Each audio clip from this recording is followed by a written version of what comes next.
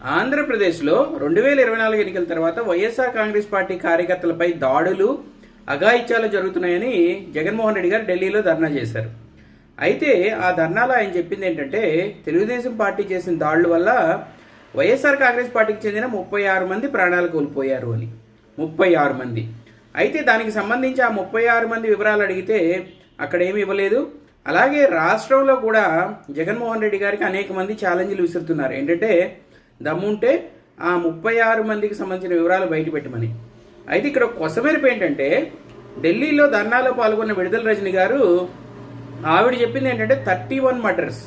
మీరు ఆవిడ స్టేట్మెంట్ ఇంటే క్లియర్గా 31 మర్డర్స్ అంటే మాజీ మంత్రి అయ్యుండి వైఎస్ఆర్ కాంగ్రెస్ పార్టీలో సీనియర్ నాయకురాలు అయ్యుండి ఆమె చెప్పే నెంబర్ ఏమో 31, జగన్మోహన్ రెడ్డి గారు ఇంకా కొంతమంది నెంబర్ చెప్పే నెంబర్ ఏమో 36.